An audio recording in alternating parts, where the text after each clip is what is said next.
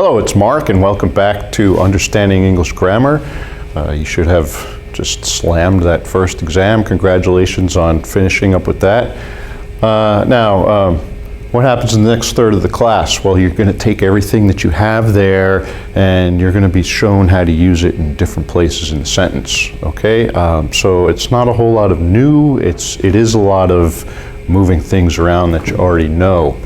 Now. The three chapters, if you just take your basic pattern 7 diagram, chapter 6 is going to give you lots of different ways to give us more information on what's happening with the verb, how is something being done, when is it being done, where is it being done. All that is in here. Chapter 7 is going to give you lots of more information about your nouns. How can you use multiple clauses in order to give us more information on each noun. And then if you have a noun direct object, chapter 8 is going to tell you how to use, in fact, entire sentences within sentences to act as a something. Okay, so I'll just give you a little list here to begin with, and it is a little bit listy, but if you copy this down in your marbled notebook, it's something that you're going to be referring back to over the next 3 chapters. Chapter 6,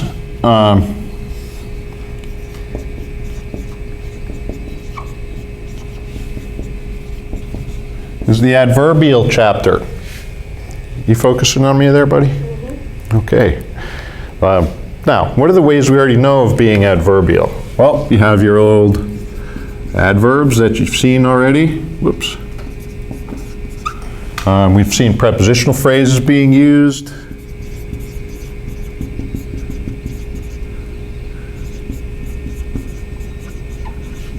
As adverbials, you're going to be introduced to what are called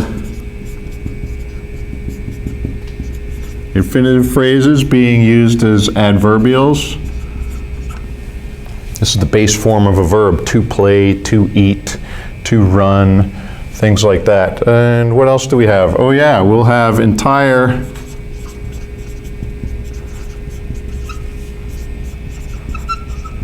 sentences within a sentence. Now remember, it's crucial that you know the difference between this and this. A phrase is just a word or a collection of words. A clause is always going to have some kind of subject and verb relationship. All right, so far, all of our sentences have only had one clause in the sentence. We're going to be seeing multiple clauses in the sentence performing different functions from here on out. So let's see, is that all of them? Verbs, adverbs. Sometimes you will see, don't worry if you don't know these yet, we'll get to them, but you need to make the list here. Participle phrases can act as verbs.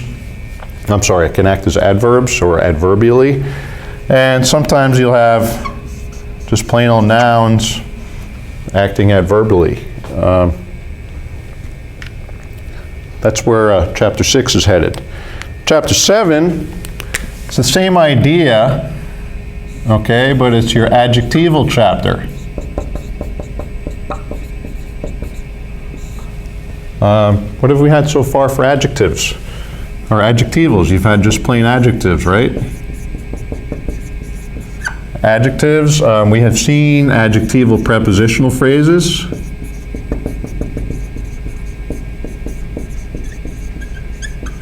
All right, you will see, again, it's the base form of the verb, to play, to know me is to love me, right?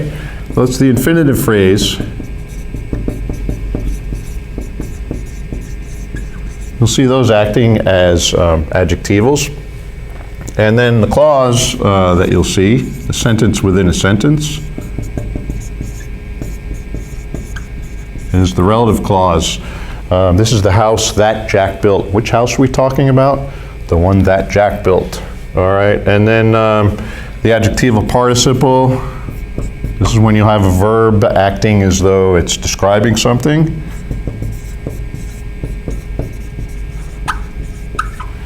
And that's it. Sometimes you'll have nouns acting. What kind of house? It's a brick house. They'll be acting adjectively. So that'll be where we're headed in chapter 7. And then chapter 8 is going to be, well, they're just different types of the form classes is what you're seeing here, right?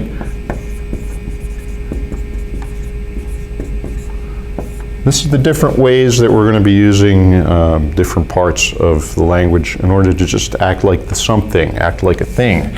What has been our something so far? Well, we have nouns. We can have prepositional phrases acting nominally. We can have infinitive phrases. That's in fact the one example I just used.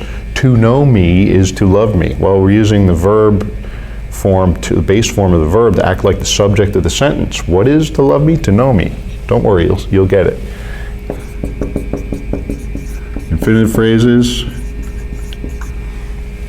And our nominal clauses, there are two of the clauses that can act like nouns, and those are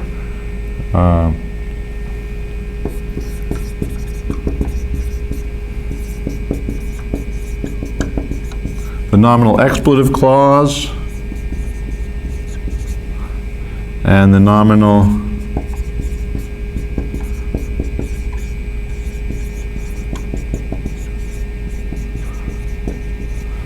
interrogative clause.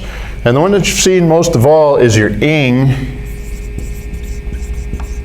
and that's your gerund phrase. That's the when you have an ing. Running is difficult. Well, what's the main verb in that sentence? Is, right? Well, running, we're talking about the act of running, and that gerund phrase is acting like the noun phrase one subject. Don't worry, we'll get to that as well. But this is just the basic overview of what's happening in these next 3 chapters. And when you start to see how they're bouncing off each other, just like we did the 10-sentence patterns at one time, this is all going to become natural to you. The jargon, the terms, yeah, it's not just little things that you need to memorize for a quiz. When you know these things, it allows you to see what's going on in the sentence better. So be patient with it. Use them a lot, say the words, and eventually they'll stick. Okay, we'll be back with a video with a few examples of what happens, first of all, in chapter 6. So see you there.